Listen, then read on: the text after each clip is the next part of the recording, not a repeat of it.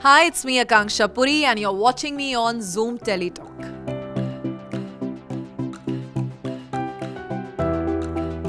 Okay Akanksha, सबसे पहले तो बहुत बहुत स्वागत है आपका। कैसी हैं आप? बिग बॉस से निकलने के बाद सबसे पहले क्या किया, किससे मिली आप? थैंक यू पहले तो for having me here and disappointed हूँ, सैड हूँ। इतनी जल्दी बाहर आऊँगी ये तो मैंने डेफिनेटली नहीं सोचा था। सबसे पहले आकर मैं मेरी बेस्ट फ्रेंड सतरूपा से मिली एंड हम लोगों ने एक बहुत ही अच्छा डिनर किया। बहुत दिन से मैं अपना सुशी, अपनी ये वो सब चीज़ें बहुत मिस कर रही थी, तो कल एक बहुत ही अच्छा डिनर किया हम लोगों ने एंड टाइम स्पेंड किया। फाइनली अपनी बेस्ट फ्रेंड को सारी बातें बताई। तो सबसे पहले तो घर से आके वो किया, फ़ोन मिला, सबसे पहले मम्मी से बात की। इतने दिन से फ़ोन भी नहीं था। बट येस, बहुत डिसअपॉइंटेड हूँ। लगा नहीं था इतनी जल्दी 2 हफ्तों में घर से बाहर आ जाऊँगी। बिल्कुल। साथ ही आपकी जर्नी की बात करें तो शुरुआत से ही मुझे लगता है दूसरे दिन से ही आपको उतना सपोर्ट नहीं मिला। बिल्कुल। पहले ही जैसे पुनीत सुपरस्टार के साथ हुआ, उनको जनता ने पहले नंबर पर लाया था, आपको थर्ड नंबर पे लाए थे। जी, हाँ। आपको थर्ड नंबर पर लेकर आए, लेकिन करेंसी नहीं दी गई और पूजा जी लास्ट में आई। हाँ। और शी गॉट। तो सब व्हाट डू यू हैव?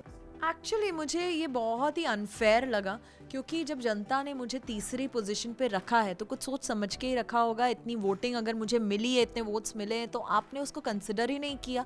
आपने सीधे तीसरे नंबर से मुझे घर से ही बाहर कर दिया, और वो भी ये बोल के किया कि आप बहुत कॉन्फिडेंट लगती हैं जब आप बात करती हैं। जैसे आप खड़ी होती हैं ऐसा लगता है एक पिक्चर परफेक्ट, जैसे मिस इंडियाज़ खड़ी होती हैं वैसे आप खड़ी होती हैं। आप बहुत पिक्चर परफेक्ट हैं, आप फ्लॉलेस हैं, आप में कोई फ्लॉ ही नहीं है। ये रीज़न है मुझे घर के बाहर रखने के लिए। तो मुझे बहुत ही बेवकूफ़ी भरे लगे रहे ये रीज़न, मुझे समझ नहीं आया ये रीज़न। ठीक है, कोई कुछ गलत है तो मैं मान सकती हूँ गलत है, किसी ने कुछ गलती कर दी, बट क्योंकि आप परफेक्ट है इसलिए आप अंदर नहीं जा सकते। ये रीज़न ही मेरे गले से नीचे नहीं उतरा। उसकी वजह से 2 दिन मैं लेट हो गई शो में, 2 दिन बाद गई। पहले से ही मैं, तब तक तो पुनीत इविक्ट भी हो चुके थे जब मैं गई घर में।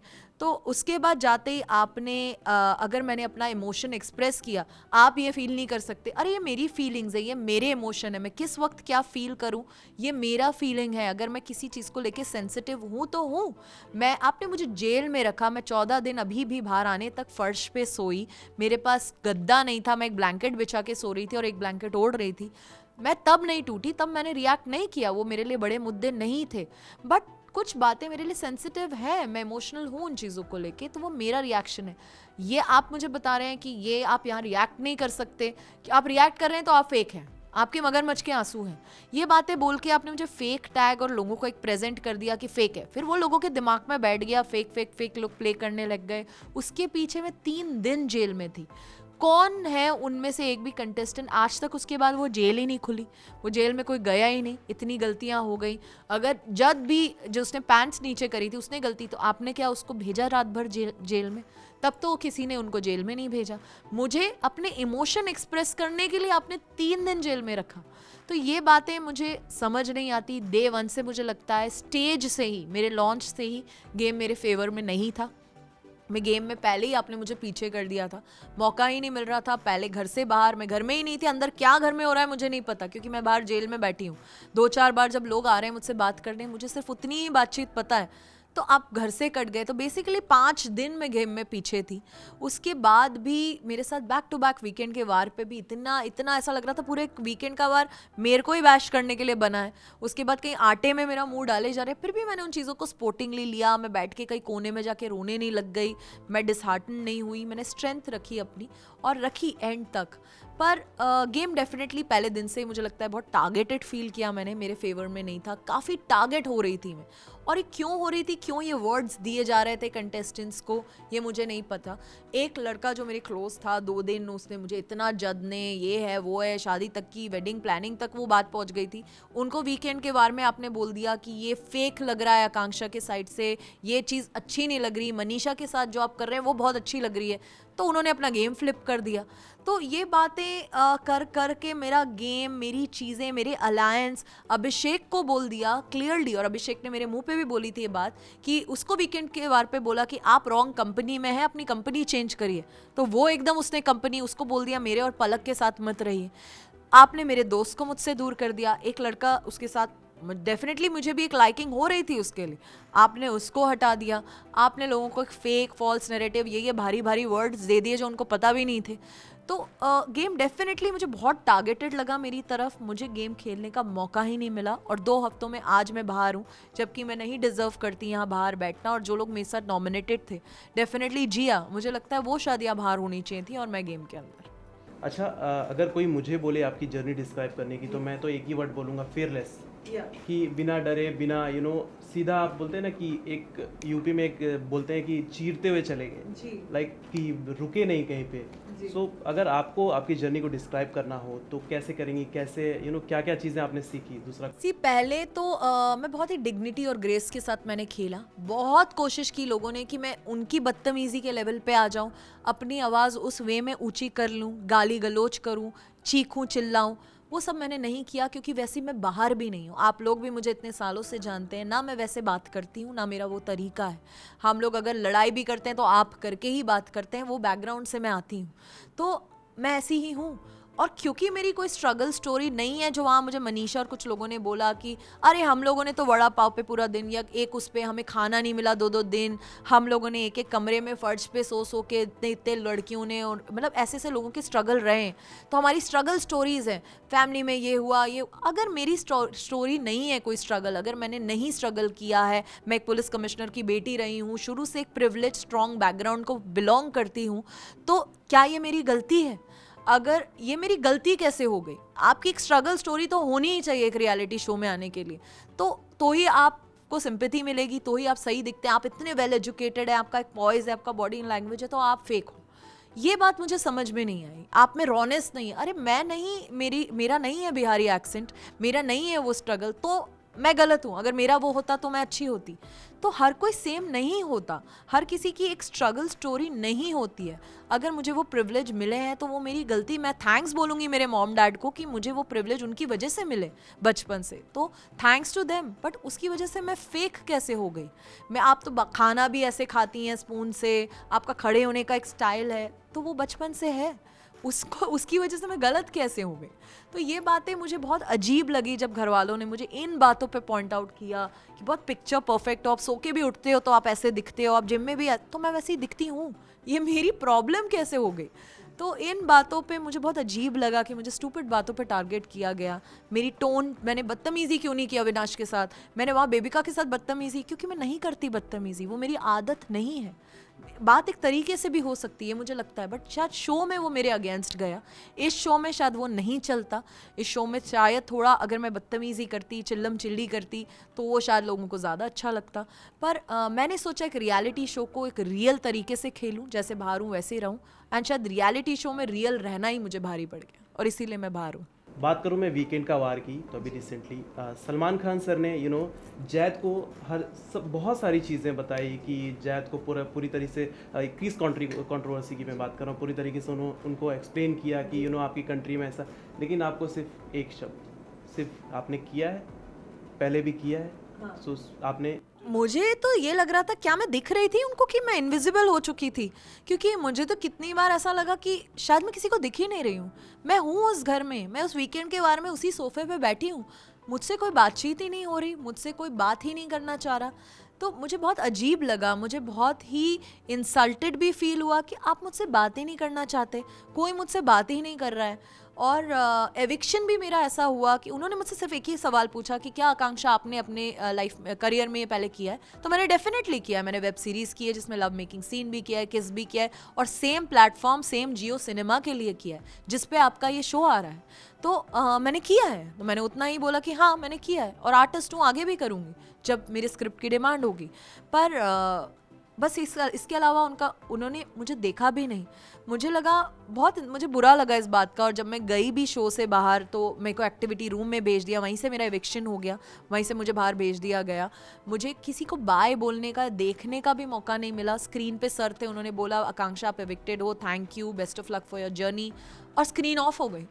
मैं एक रिप्लाई भी नहीं देने का मुझे मौका दिया गया, मुझे घर वालों को बाय बोलने का, मुझे वहीं दरवाज़ा खुला और मेरे को क्रू बाहर लेके चले गए। तो एविक्शन भी मेरा बहुत अजीब हुआ। पूरे वीकेंड के बारे में मुझसे कोई बातचीत ही नहीं हुई। तो मुझे पहले दिन से लग रहा है कि बहुत बायस्ड लगी मुझे चीज़ें मेरे तरफ। एंड अगर आप मुझे शो में चाहते ही नहीं थे, अगर मैं इतनी परफेक्ट या रिहर्स्ड या कॉन्फिडेंट लग रही थी, तो मैं शो में क्यों थी? आपने मुझे क्यों लिया शो में? अगर स्टेज पे ही आपको लगा कि मैं इतनी पिक्चर परफेक्ट हूँ, फ्लॉलेस हूँ, मेरा बात करने का तरीका बहुत स्टाइलिश है या बहुत कॉन्फिडेंट है, तो कास्ट तो आप ही ने मुझे किया था, तो क्यों किया? मुझे मत नहीं करते, मुझे नहीं लाते, या मैंने कुछ और पहले कुछ और दिखाया हो, ऐसी ही हूँ मैं। तो ये बातें मुझे थोड़ी अजीब लगी, मुझे समझ नहीं आया क्यों मेरे साथ ये सब हुआ। एंड 14 दिन तक मैंने इस बात को बैठ के रोई नहीं या 10 बार बोला नहीं, मुझे बेड भी नहीं मिला, मुझे गद्दा भी नहीं मिला, मैं फ़र्श पे सो के ही आई हूँ 15 दिन। पर मैंने उस बात का कंप्लेन नहीं किया। कोई और होता तो रोज़ इस बात का मुद्दा बनाता। मैं एक बार भी आपने किसी टेलीकास्ट में नहीं सुना होगा कि मैं इस बात में, मैं रोज़ फर्श से ही उठ के सुबह मॉर्निंग सॉन्ग पे उठ रही थी और वहीं सो रही थी। पर बहुत बायस्ड लगा, टारगेटेड फील हुआ, बुरा लगा और थोड़ा सा बिग बॉस को लेके दिल टूट गया मेरा इस बात से।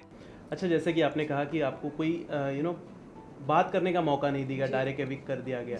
अगर आपको बात करने का मौका देते सलमान खान, तो क्या पूछती, क्या बोलती हैं आप? मैं डेफिनेटली ये बोलती कि मेरा लिए एक टास्क था, मैं नॉमिनेटेड थी, मेरे को अपना इस टास्क में, जब मैं टास्क शुरुआत हुई तभी से मैं प्रिपेयर्ड थी कि आज जो मर्जी मुझे दे दें, आकांक्षा पुरी को नो नहीं बोलना है, मुझे हर टास्क जीतना है, 100% देना है।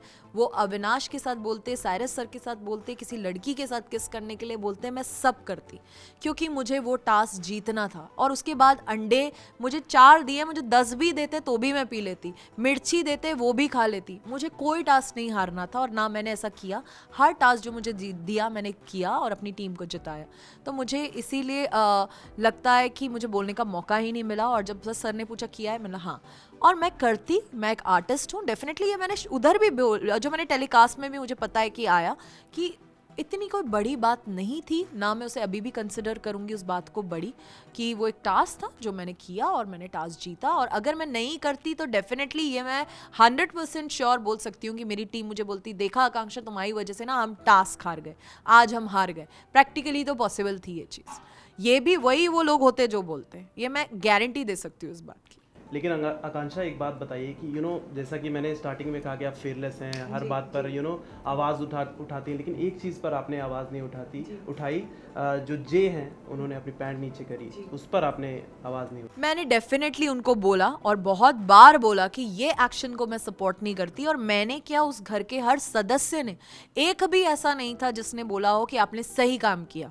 सबने बोला, मैंने भी बोला कि आपने ये गलत किया, ये एक्शन को मैं सपोर्ट नहीं करती, ये चीज़ में आप गलत हैं।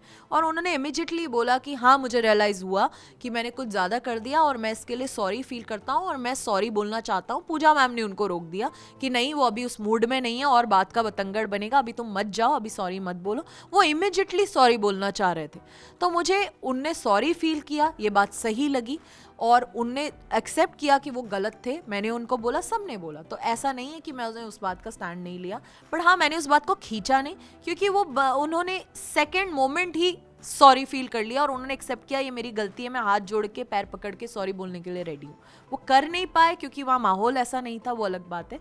बट मेरे लिए वो बात खत्म हो गई जब उन्होंने एक्सेप्ट कर लिया कि वो गलत है और जब मैंने उन्हें बोल दिया कि आप गलत हैं। बट आपको एक चीज़ ये नहीं लगती कि पूजा भट्ट को मेकर्स के द्वारा, सलमान खान के द्वारा सपोर्ट किया जा रहा है? मुझे डेफिनेटली स्टेज पे तो लगा, जब वो एज अ जज पैनल में बैठी हुई थी, सबको जज कर रही थी, सबसे क्वेश्चन पूछ रही थी, उनके पास कोई जनता के वोट या रैंकिंग नहीं थे और सीधे उनको रैंकिंग भी मिल गई, घर में जगह भी मिल गई, हर कंटेस्टेंट से बात करने का मौका भी मिल गया। तो उनके पास डेफिनेटली एक एडवांटेज था इस शो में। और जैसा कि वो खुद ही बोलती हैं, वो सलमान सर की फ्रेंड भी रही हैं बचपन से और उनका एक ओहदा है, एक रिस्पेक्ट है एक इंडस्ट्री में, तो उनके पास डेफिनेटली बहुत सारे एडवांटेज है इस घर में जो लोगों के पास नहीं है, जो एक्सपीरियंस लेके आती हैं जहाँ से वो आती हैं। पर उनका एक बहुत स्ट्रॉन्ग पॉइंट ऑफ व्यू है जो वो रखती हैं और शो में वो बहुत स्ट्रॉन्ग कंटेंडर है। बट डेफिनेटली गेम काफ़ी उनके फेवर में है। सलमान खान सर ने एक बात कही कि जे जो हैं लड़कियां उनके साथ पूरी तरह से कंफर्टेबल हैं, जो भी वो हक कर रहे हैं, बहुत सारी जो भी चीज़ें वो कर रहे हैं उनके साथ वो कंफर्टेबल हैं। क्या आपको लगा ऐसा कि सारी लड़कियां उनको कुछ मना नहीं कर रही हैं किसी चीज़ के लिए, चाहे वो मनीषा है, चाहे बहुत सारी जो सी जय डेफिनेटली एक चार्मिंग पर्सनालिटी है, उनकी पर्सनालिटी ऐसी है और वो जैसे रहते हैं घर में सबकी बहुत रिस्पेक्ट करते हैं, बात करने का तरीका, सबकी मदद करते हैं, भले ही वो बर्तन मांजना हो, सफाई हो, खाना बनाना हो, कभी किसी चीज़ को मैंने उनको मना नो ये बोलते हुए नहीं देखा, चिल्लाते हुए नहीं देखा। तो डेफिनेटली हर लड़की के लिए एक कंफर्टेबल एटमॉस्फेयर क्रिएट करते हैं, चार्मिंग वो है ही, उनका एक तरीका है।